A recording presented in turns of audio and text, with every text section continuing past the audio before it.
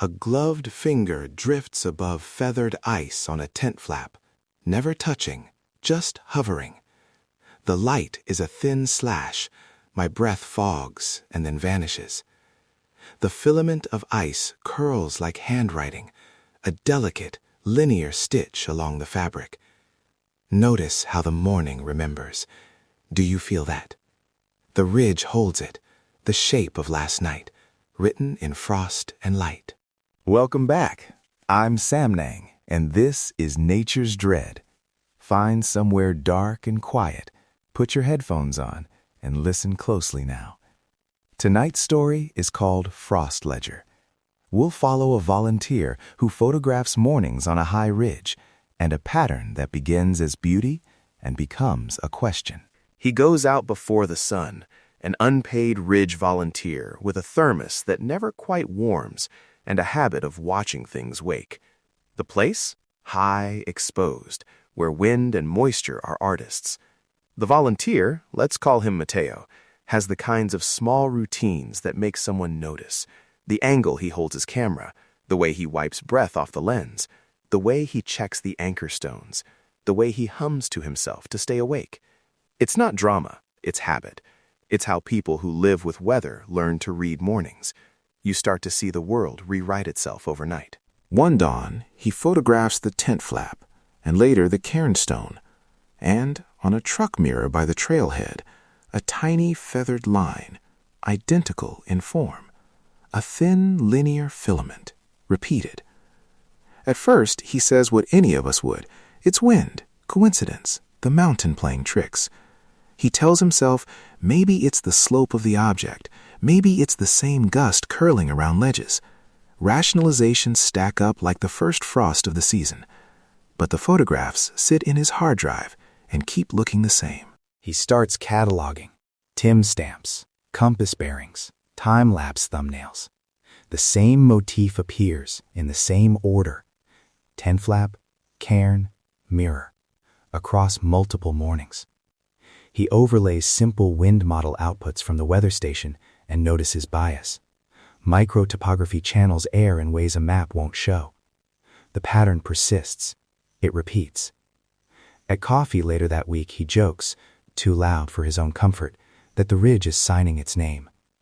But a joke is a thin thing when a family is looking for someone who vanished years ago along that very route. So he reaches out.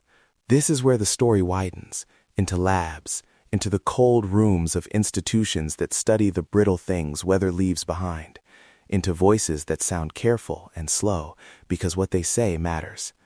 The cryometeorologist tells him how rime forms, supercooled droplets freezing on contact, sculpted by wind to feather on lee surfaces.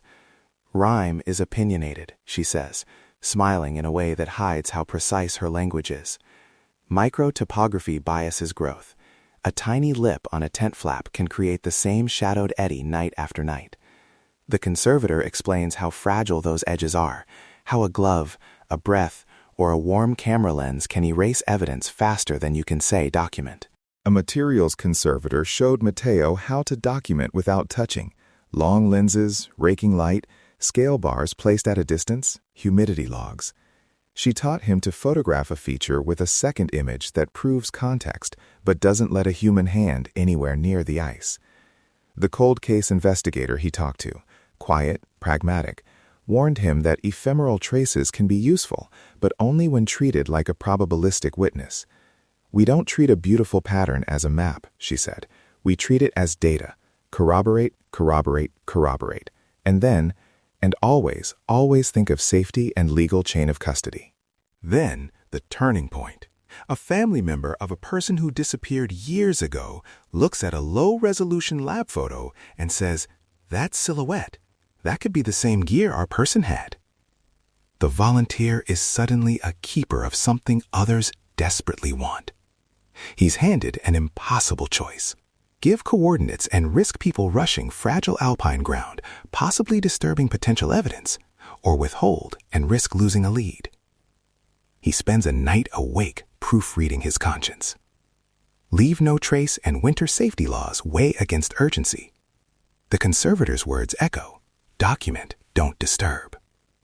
The investigator's voice is practical. Call SAR, call the agency, funnel information through official channels. This is no longer an intellectual exercise. The quiet ridge has become a crossroads of grief, science, and protocol. On the morning of the rewalk, the air is still. Headlamps fade as first light steals the horizon. Breath puffs and disappears. Camera shutters click like distant raindrops. He moves slow, every movement practiced to avoid warm hands near fragile ice. I want you to imagine that breathy hush. Your heart notices the thinness of the air and picks up pace. The volunteer photographs the last damming rime patterns, hands steady, palms unraised. There's a moment, a silhouette in the micro-etching of the ice that looks less like random filigree and more like intentional ordering. Hope spikes. The cold case investigator texts, "Do not approach. Wait for the team." He waits. The sun arrives and the feathered line dissolves in seconds, like a letter erased mid-sentence. Afterward, agencies respond with thorough and slow-motion care. Scientists iterate caveats. Rime can repeat without human cause. Eddies and repeated wind directions can make motifs recur. The conservator praises the documentation and cautions against publishing high-resolution images that could be used to pinpoint fragile sites.